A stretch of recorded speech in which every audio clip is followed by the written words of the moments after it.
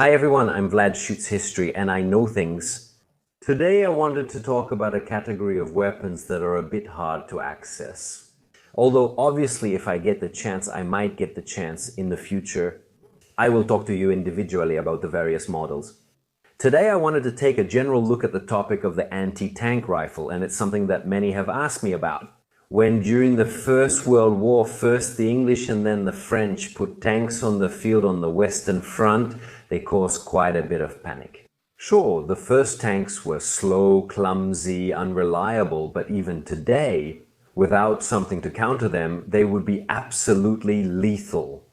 For the Germans, the best and simplest solution was the most obvious one, to use artillery.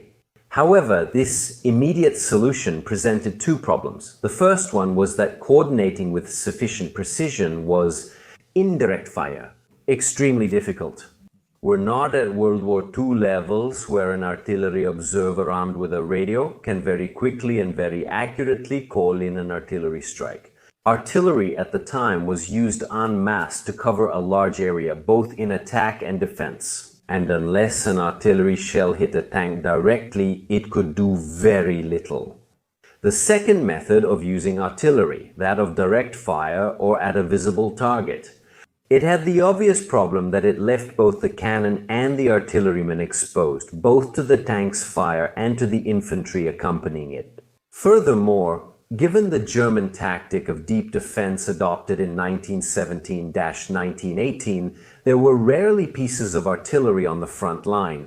The idea of deep defense is that the opponent was allowed to advance, slowly wearing them down, and then counterattack. This was particularly problematic if there were enemy tanks in this surrendered territory where the counterattack was to be carried out. Moving a cannon in the mud using small team assault tactics is quite problematic, as you can understand. So the problem arose for the Germans to arm their troops with an anti-tank weapon that could be easily transported by a small group of men, both to be able to react quickly to the threat on the front line and to be able to carry out these famous counterattacks that were fundamental to all German tactics and strategy. Sure, there are many ways to defeat a tank. Most of those of the time got stuck and broke, but if a tank is coming at you, you can't pray that it breaks. Hand bombs were somewhat effective, but they had two problems. Namely, first you had to be very close and therefore exposed to the infantry and the tank itself. Secondly, the English in particular began to mount nets to protect the tanks. Nets that either made the hand bombs slide off the sides or made sure they didn't explode on contact with the tank. And the explosion of a hand bomb is not that powerful, so the vehicle would easily survive. The German army then developed around the 13.2 mm Tankenflieger and issued a requirement for a machine gun capable of using it. Remember that ammunition is usually developed before the weapons. From the name of the Tankenflieger ammunition, we can infer that the role of this ammunition and this machine gun was supposed to be dual, both to confront armored vehicles and to shoot down airplanes, which were becoming increasingly sophisticated in the final stages of the war. However, the development of this heavy machine gun will be very long and problematic. What will become the Maschinengewehr? 18 will be nothing more than an enlarged Maschinengewehr 08 Maxim. And in addition to weighing more than 100 kilos, it's still much less than a field gun. It had production problems, so only 50 were produced before the end of the war. That's really few. However, before this machine gun was put into production, in fact, even before the test to choose the machine gun, an alternative solution was sought, a so-called stopgap. We need something now.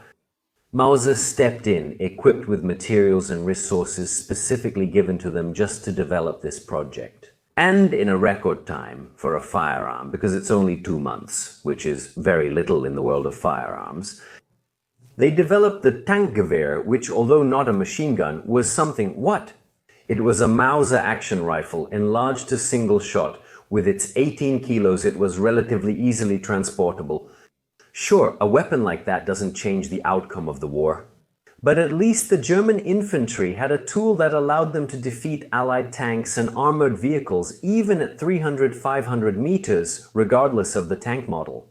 Between the two wars, many nations, even with obvious exceptions, developed anti-tank rifles. These weapons are not very powerful, but that's not the point. Remember that winning a confrontation, even with a tank, does not necessarily mean destroying it. If I'm attacked by tanks and I manage to make it so, for example, damaging the vehicle, injuring the crew, forcing them to retreat, I have accomplished my goal. The anti-tank rifle was never thought of by anyone as the primary weapon to destroy tanks. That's what anti-tank guns were for, which all nations used at every stage of the war. Small or large, but to give their own infantry something to defend themselves with. And even if they're not very effective, it's a huge psychological benefit. And the difference between knowing you have to run because the tanks are coming and they're about to massacre you, and knowing that in your own unit, in your own little world, there's something that can stop these tanks. The psychological benefit, more than the practical one, is evident.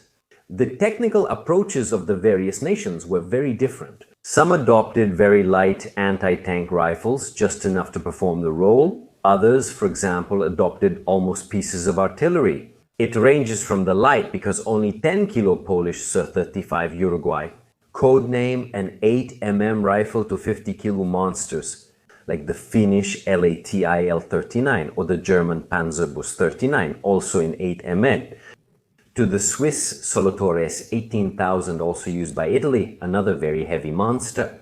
However, all these weapons had the objective precisely of arming the infantry units, usually at the platoon or company level, with something to counteract the tanks. The war will reveal the limits of anti-tank rifles. Sure, I reiterate, they are better than nothing, especially psychologically.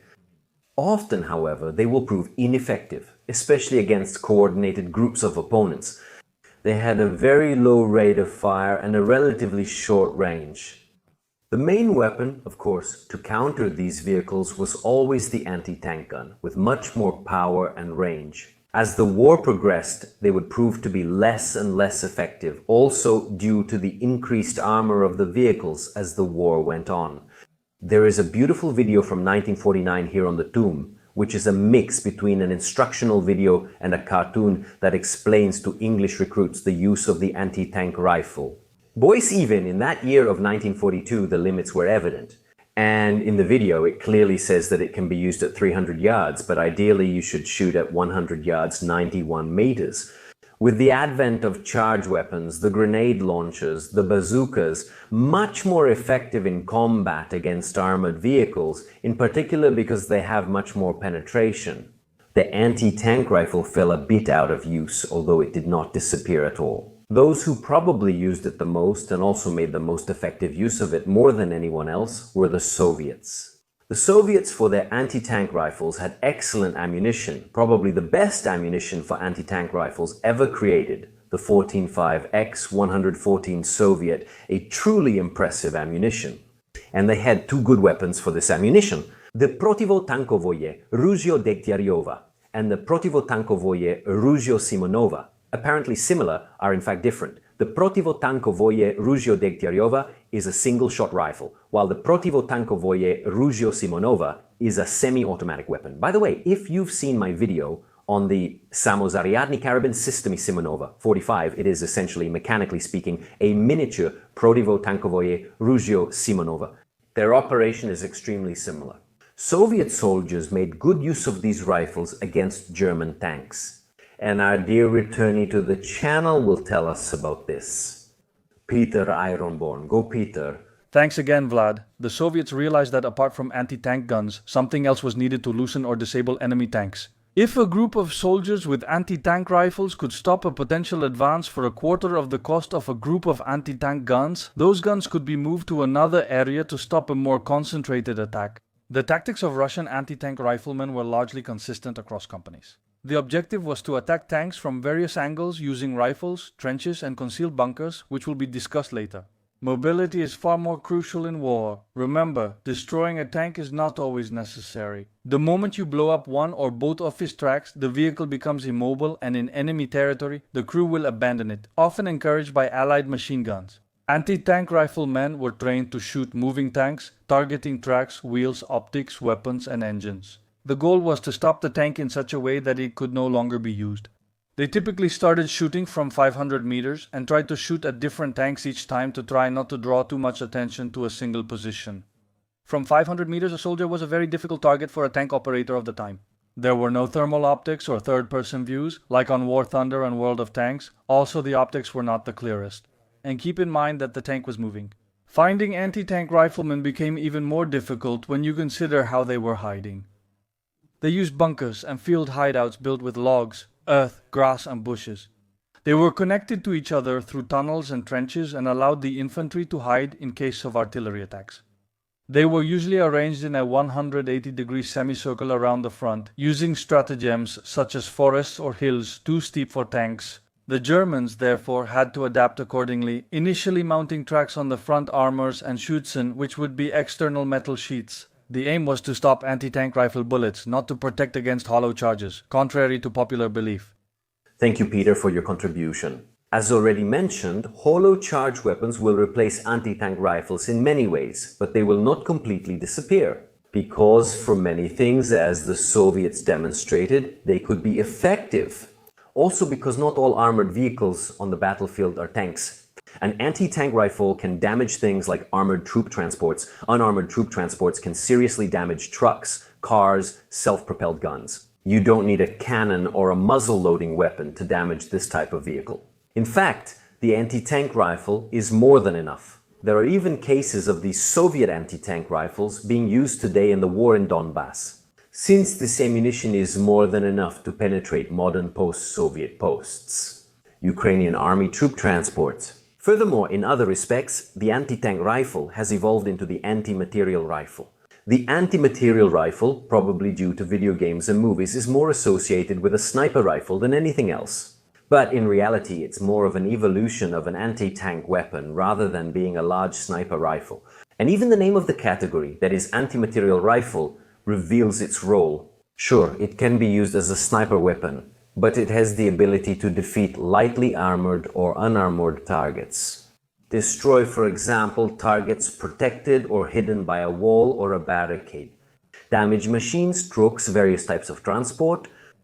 In short, the anti-tank rifle is actually alive and well. It's just a bit different from how it was in the fields of Flanders 100 years ago.